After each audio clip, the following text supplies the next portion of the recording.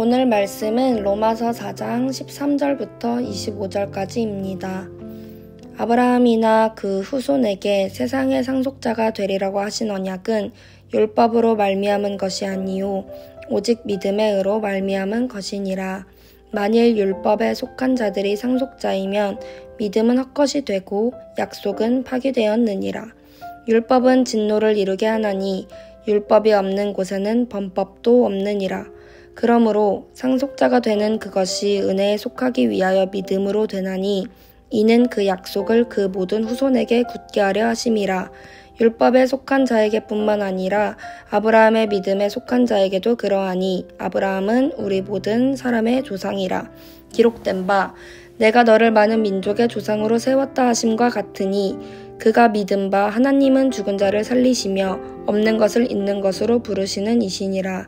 아브라함이 바랄 수 없는 중에 바라고 믿었으니 이는 내 후손이 이같으리라 하신 말씀대로 많은 민족의 조상이 되게 하려 하심이라. 그가 100세나 되어 자기 몸이 죽은 것 같고 사라의 태가 죽은 것 같음을 알고도 믿음이 약하여지지 아니하고 믿음이 없어 하나님의 약속을 의심하지 않고 믿음으로 견고하여져서 하나님께 영광을 돌리며 약속하신 그것을 또한 능히 이루실 줄을 확신하였으니 그러므로 그것이 그에게 의로 여겨졌느니라. 그에게 의로 여겨졌다 기록된 것은 아브라함만 위한 것이 아니요 의로 여기심을 받을 우리도 위함이니 곧 예수 우리 주를 죽은 자 가운데서 살리신 이를 믿는 자니라. 예수는 우리가 범죄한 것 때문에 내줌이 되고 또한 우리를 의롭다 하시기 위하여 살아나셨느니라. 아멘.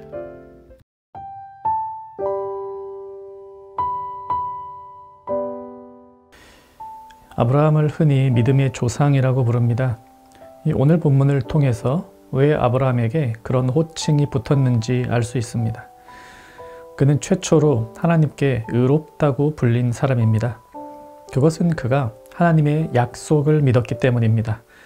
창세기 15장 6절 말씀, 아브라함이 여호와를 믿으니 여호와께서 이를 그의 의로 여기시고, 이때 아브라함이 믿은 것은 그에게 자손을 많이 주겠다는 하나님의 약속입니다.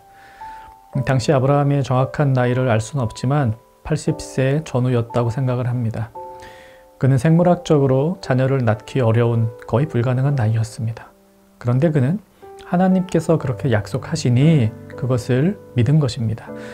하나님은 이런 그의 믿음을 보시고 그를 의롭다고 여겨주셨습니다.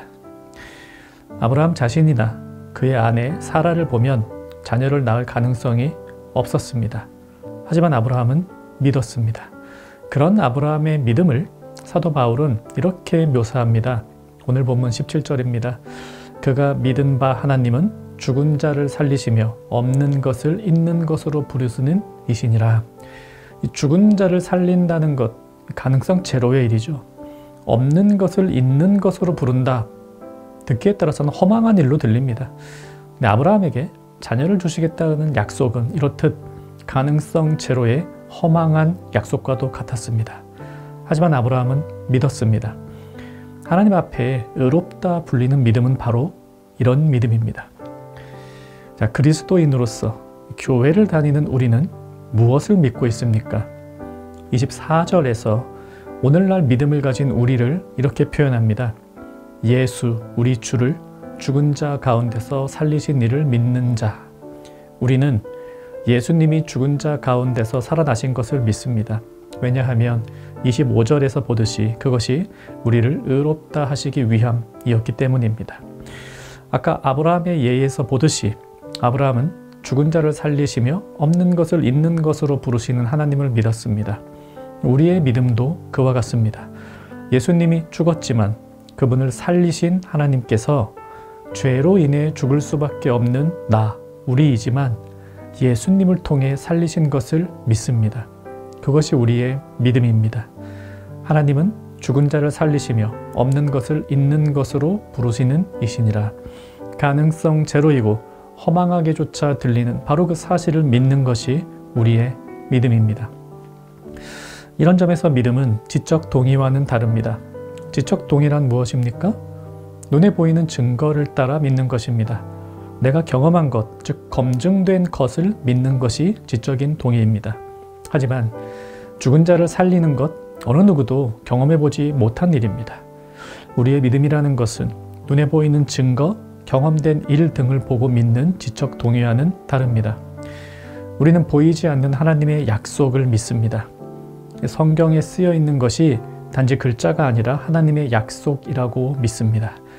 그래서 믿음장이라고도 불리는 히브리서 11장에서는 믿음은 바라는 것들의 실상이요 보이지 않는 것들의 증거라고 믿음을 정의해 줍니다. 우리는 무엇을 믿는 것입니까? 그리스도께서 우리를 살리기 위해 십자가에서 돌아가신 것을 믿습니다.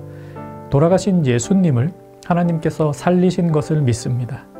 그리스도를 믿는 우리 또한 그와 같이 살리시고 영생을 주시는 줄을 믿습니다. 지적인 동의로는 이런 믿음을 가질 수가 없습니다. 물론 우리는 맹신을 해서는 안 됩니다.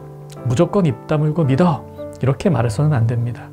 의심도 할 수 있고 합리적인 생각도 가질 수 있습니다. 하지만 우리를 구원하는 믿음은 과학적 검증과 합리적 추론을 통해 우리에게 오는 것이 아니라는 사실을 분명히 알아야 합니다. 우리를 구원하게 하는 믿음은 하나님께서 선물로 우리에게 주신 것입니다.